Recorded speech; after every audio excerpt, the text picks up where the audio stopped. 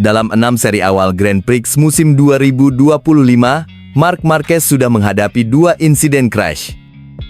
Crash pertama terjadi di Austin, Amerika Serikat, saat ia tengah melibas lintasan dengan gaya khasnya.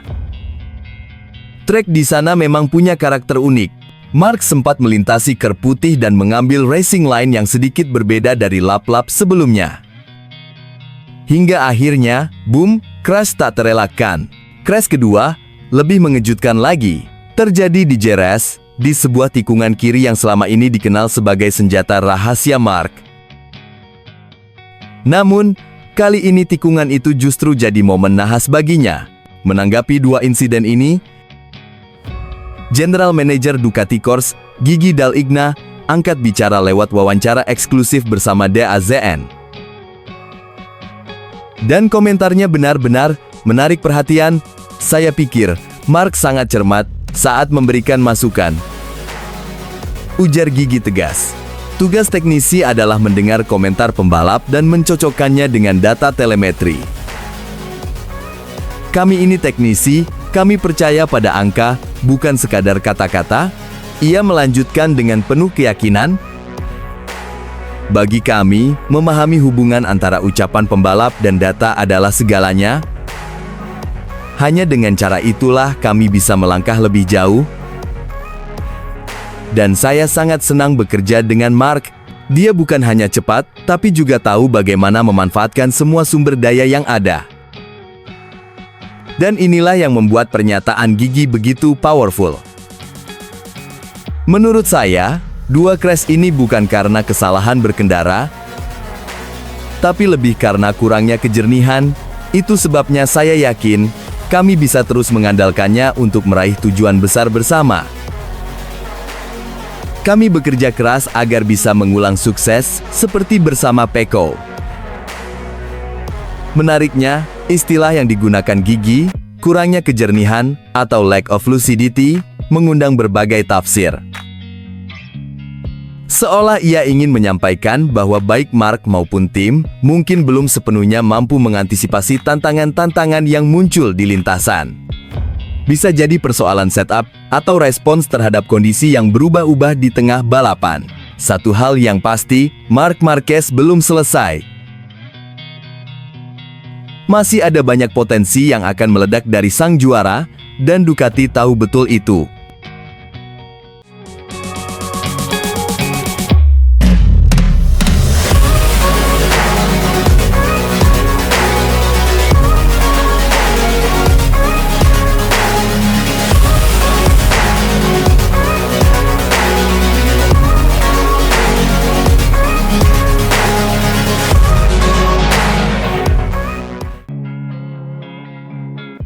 Pembalap Pertamina Enduro Vir 46, Fabio Di Giannantonio, dengan tegas membantah teori panas yang menyebut Ducati sengaja mengembangkan motor Desmosedici GP25 agar cocok dengan gaya balap Marc Marquez. Sebuah tuduhan yang menyeret nama besar sang juara bertahan, Francesco Bagnaia, yang kini sedang kesulitan di musim MotoGP 2025. Isu ini mencuat setelah Bagnaia tampak kepayahan menjinakkan Desmosedici GP25. Hingga berakhirnya seri ke-6 di MotoGP Prancis 2025 pekan lalu, juara dunia 2 kali itu sudah tertinggal 51 poin dari Marquez, yang saat ini memimpin klasemen sementara. Sebuah selisih yang membuat banyak mata mulai melirik ke arah garasi Ducati, mencari jawaban. Situasi ini mengingatkan publik pada masa kejayaan Marquez di Honda, ketika tim pabrikan Jepang itu diduga mengembangkan motor secara eksklusif untuk Marquez, membuat rekan setimnya di Repsol Honda seringkali tak berkutik. Namun, Di Giannantonio dengan lantang menepis anggapan serupa kini terjadi di Ducati. Meski Bagnaia tengah bergulat dengan performanya, Di Gia, sapaan akrab Di Giannantonio, menegaskan tak ada yang istimewa dari motor Marquez. Ia bahkan menjadi satu-satunya pembalap di luar tim pabrikan. Ducati yang juga mengendarai Desmosedici GP25, motor yang identik digunakan oleh Marquez dan Bagnaia, sementara para pembalap tim satelit lainnya masih memakai versi sebelumnya, GP24. Semua motor sama. Tapi kalau ingin detail lebih lanjut, tanya saja pada Gigi Daligna, Direktur Ducati Corse. Saya percaya kami punya pembalap, tim, dan motor yang cukup kuat untuk bersaing di posisi 3 besar setiap akhir pekan, ucap Di Giannantonio kepada Crash. Lebih lanjut, Di Gia menyaksikan anggapan bahwa Ducati memberi perlakuan khusus pada Marquez. Ia mengingatkan, Marquez baru mulai mengendarai motor Ducati di musim 2024 dan baru saja naik ke tim pabrikan musim ini. Motor ini telah dikembangkan selama beberapa tahun terakhir oleh Bagnaia bersama tim penguji dan para pembalap pabrikan sebelumnya, jelasnya. Mark baru menjadi pembalap pabrikan. Jadi saya tidak percaya bahwa hanya dalam 2 balapan, dia bisa merevolusi motor ini dan membuat kami semua harus mengubah gaya balap agar menyerupai Marc Marquez. Tambahnya, menutup pernyataan dengan nada yakin dan tak terbantahkan.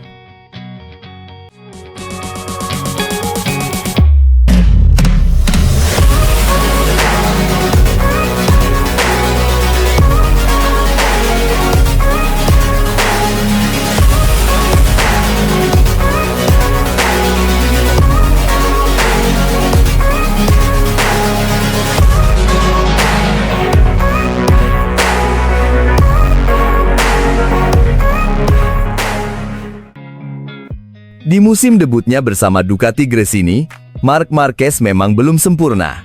Ia hanya meraih 1 kemenangan di sprint race MotoGP hari Sabtu, dibandingkan 3 kemenangan Grand Prix yang gemilang.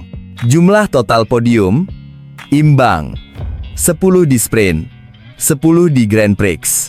Tapi kalau bicara aura, bicara momentum, sebagian besar rival, dan tentu saja, Marquez sendiri, sepakat, sang matador sejati baru benar-benar bangkit di hari Minggu. Namun, semua berubah ketika kalender berpindah ke tahun 2025, dan Marquez resmi menjadi pembalap pabrikan Ducati. Transformasi luar biasa pun terjadi. Marquez tampil tak terbendung di sprint race, 6 balapan pendek, 6 kemenangan bersih, tanpa celah.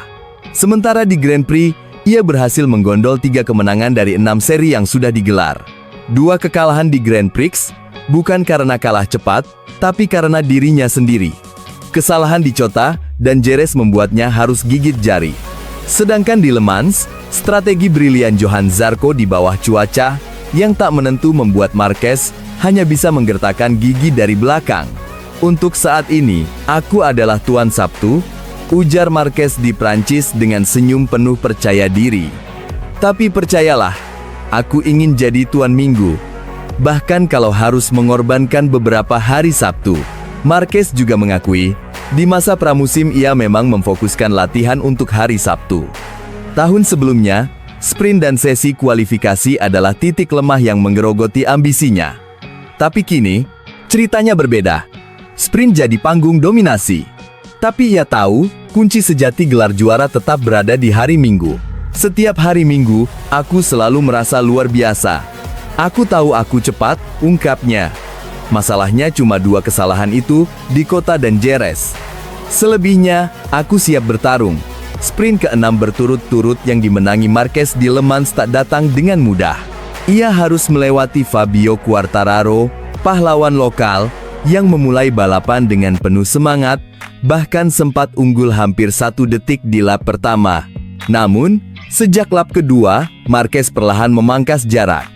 Ketika momen itu tiba di lap ke-6, ia menyalip dengan dingin, tajam, dan tegas, gaya khas seorang raja.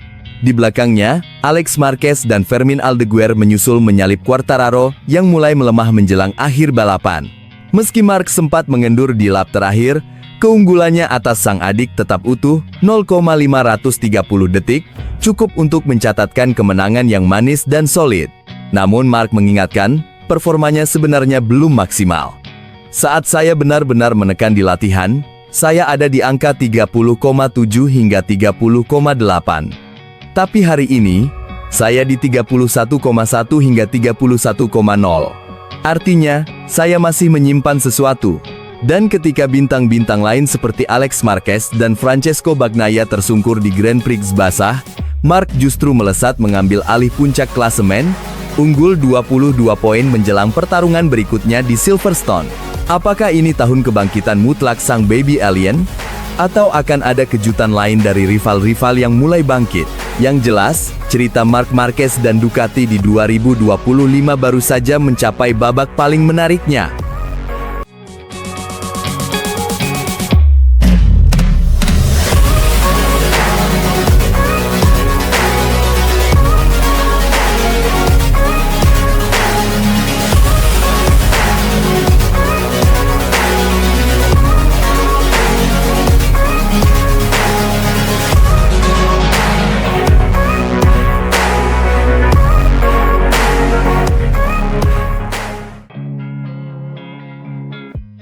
Valentino Rossi diyakini bakal menanamkan doktrin istimewa kepada Pedro Acosta. Andai sang anak ajaib asal Spanyol benar-benar merapat ke tim VR46 Racing Team di kasta tertinggi MotoGP. Sejak debutnya di kelas Premier bersama KTM Tech3 pada musim 2024, nama Pedro Acosta langsung mencuri perhatian dunia. Talenta mudanya seolah memancar terang di tengah kerasnya persaingan MotoGP. Tak butuh waktu lama, rider berusia 20 tahun itu langsung dijuluki sebagai titisan Marc Marquez. Gaya balapnya liar tapi terkontrol, agresif namun tetap elegan, sebuah kombinasi yang langka dan mematikan. Sebagai seorang rookie, Acosta langsung bikin heboh dengan mencetak 5 podium. Penampilannya begitu impresif hingga KTM pun tak mau menunggu lama. Satu musim cukup untuk mengamankan jasanya ke tim pabrikan, Red Bull KTM. Kini ia berduet dengan Brad Binder, dan tantangan barunya pun dimulai. Namun, seperti kata pepatah, langit semakin tinggi, angin pun semakin kencang.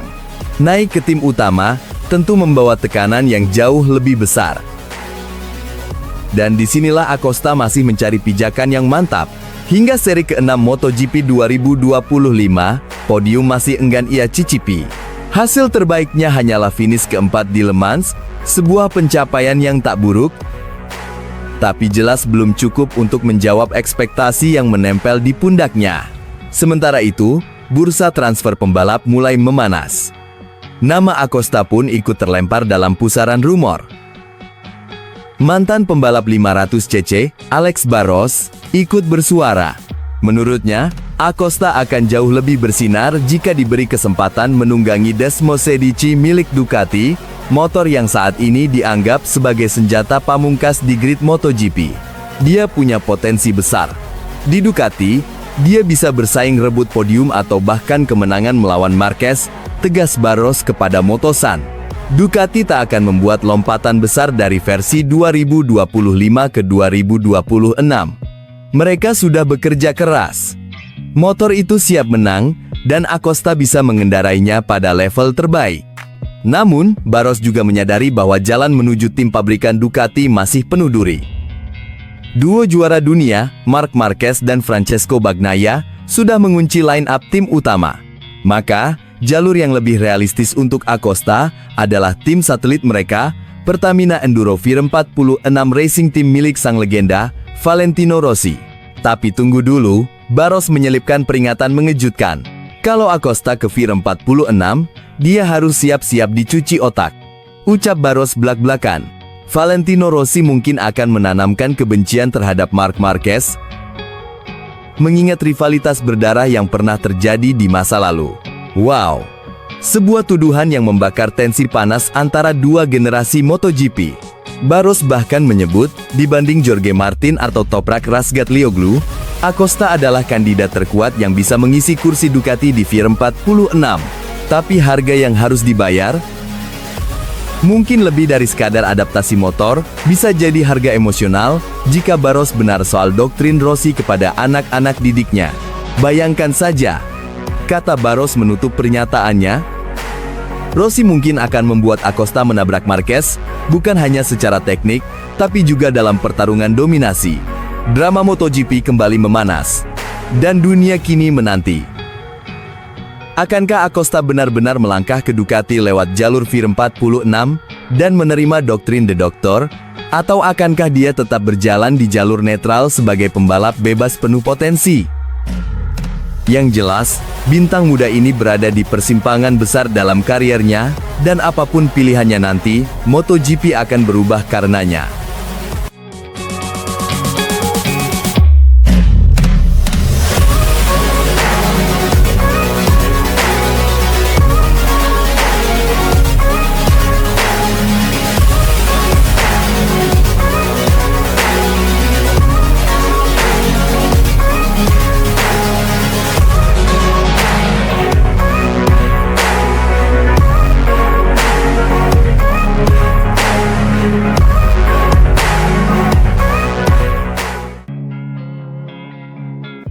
Di tengah sorotan tajam yang mengarah pada performa cemerlang Marc Marquez, Ducati justru dihadapkan pada situasi pelik yang sedang menjerat sang juara bertahan, Francesco Bagnaia, di gelaran MotoGP 2025. Memiliki dua pembalap luar biasa dalam diri Bagnaia dan Marquez ternyata belum cukup membuat Ducati bisa bernapas lega.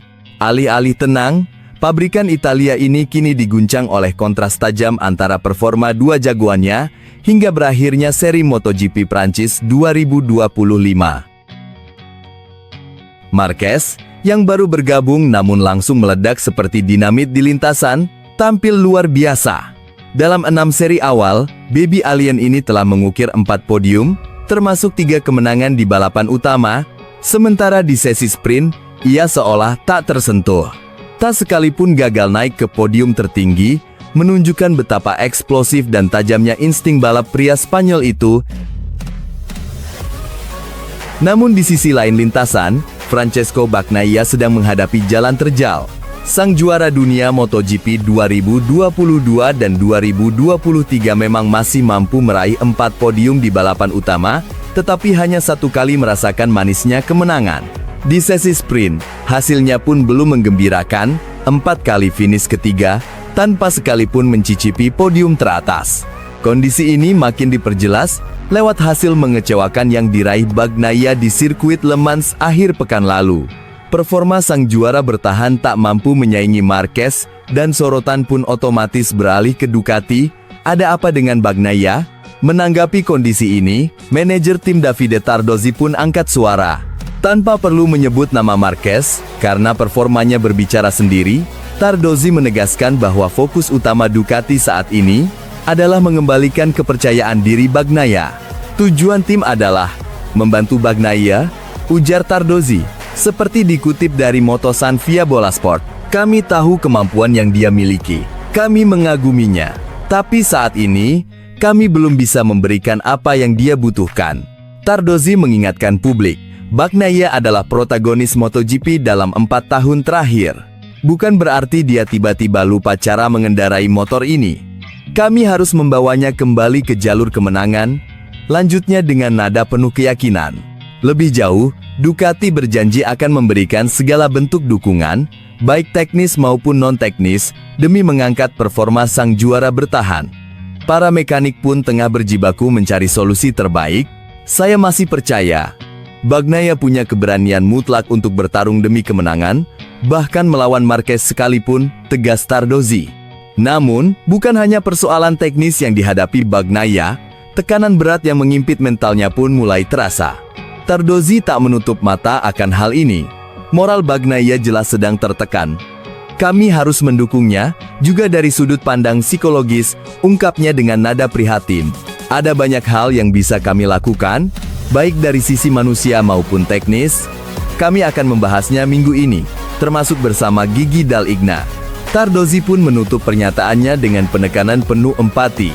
Saat ini, dia tidak dalam kondisi terbaiknya, baik secara performa maupun psikologis. Tugas kami adalah membantunya sepenuhnya, dari segala sisi, 360 derajat.